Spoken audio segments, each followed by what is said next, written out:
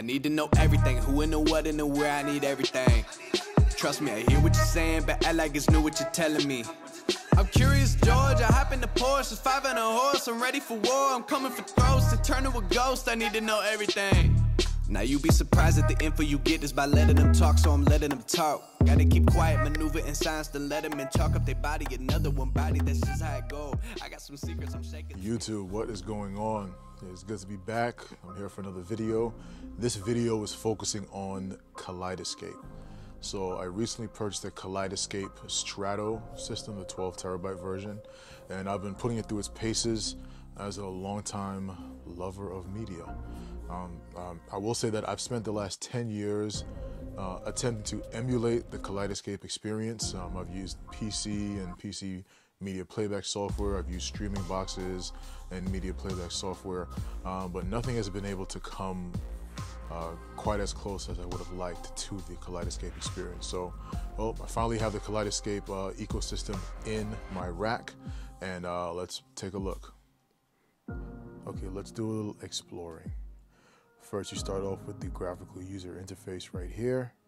When you pick a movie, then after a few seconds, the covers will rearrange themselves to encircle the selected film with like films or films of similar themes. So if you hit the menu button, there's also a list view. Okay, so this is the list view. This is where you can view all of your movies. This is if you really just want to dive in and you don't want the theatrics of the cover view, then you basically just go down the list, select, and then the movie starts playing. Down here, collections, rentals, that's a rental, scenes, scripts. Now let's talk about scripts for a second. A script is a string of items. In this case, for the Brolic demo script, I have several scenes from different movies, and I have put them together in a single script. So it's great for demos. When I was doing the ripping, I would have to sit and create the demos using MKV Toolnix, which is an awesome tool. And then I would have to string them into a playlist for playback. To create a script, you need to put in the IP address of your Kaleidescape unit and then put /script. That is how you can access, you have to do this in a browser. That is how you can access the page where you can actually create the scripts. So something that you need to keep in mind. I had to dig through the forums to actually find out how to make this happen. Songs, these are the musicals that I have, and I love these. I mean, to be able to just, pick one and then just start going to whatever song you want to hear. I am 16, do a dear. It can really help if you're in a musical mood. Then this can be just really, really nice. Now the movie store, here you have your featured section, you have your new releases section, movies by category, drama, action, comedy, animated, sci-fi. And once you pick one, so let me go ahead and pick one that I know is in 4K. Here you have the option to purchase or rent. Now, purchase price, $34.99. That is the average you'll see for a Warner Brothers title, also for a Paramount title. So it's basically the MSRP for the disc, the MSRP that you would pay for the disc. And I remember plenty of times walking into Best Buy and paying $35 for a disc. That's before they started price matching with Amazon though, so it's a different story now, I'm sure. Here you have the option to rent it. So you select rent and then you can rent the movie. And yeah, it really is as simple as that. And then the movie starts downloading. Let's take a moment to talk about subtitles here. So even outside of this, let's talk about subtitles.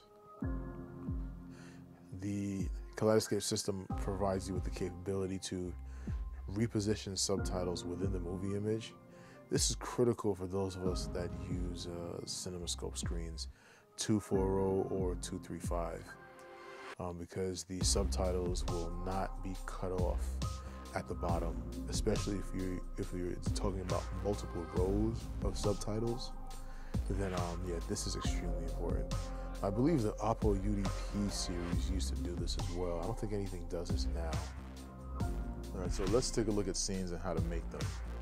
So Kaleidescape goes through the movie, they generate the scenes that stand out, and then they catalog them for the end user to access and play immediately with no work required of the end user. But I'm going to go ahead and create a scene in this movie, because if you're watching this, you probably know that the first minute or so of Edge of Tomorrow is an insane bass test.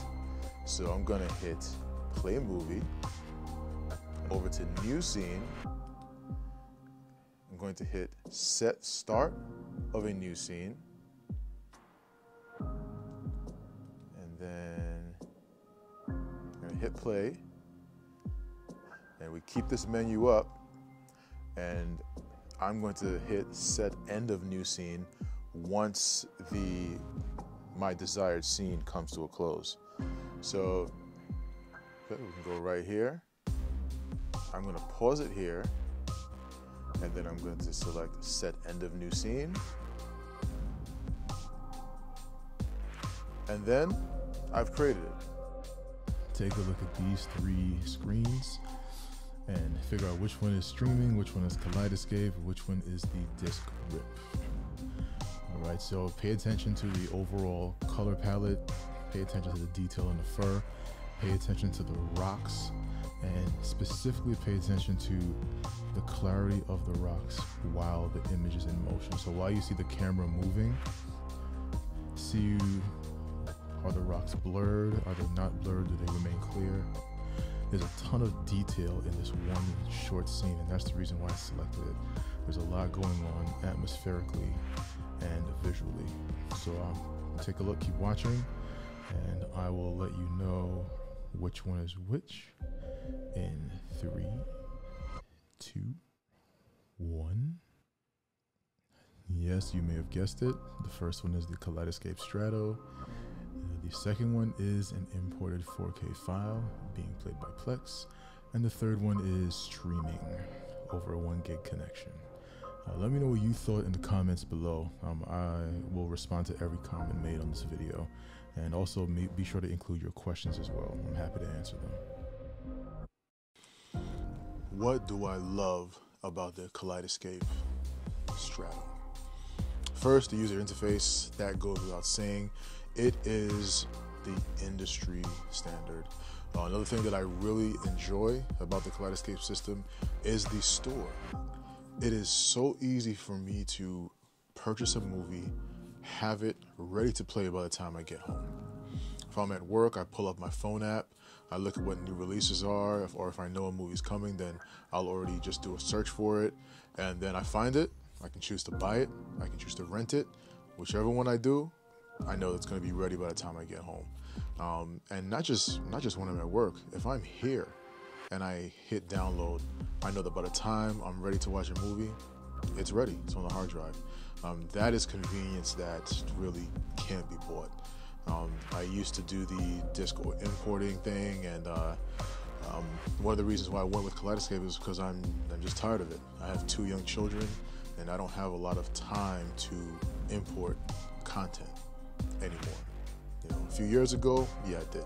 I just don't have that kind of time anymore, compounded with other things in my life as well. I've started a business, I have a full-blown career as well, and I have a family, so free time is minimal right now, and the Kaleidescape makes it seamless for me to get from desiring a movie to watching a movie. Okay, so regarding the question of managing current new media versus legacy media, basically I swap between the Kaleidescape and my Plex. So here you see me activate my Plex activity, which is called media, and the entire process takes less than 45 seconds. This counter will go to 46 because it also includes the second I spent with the screen just up.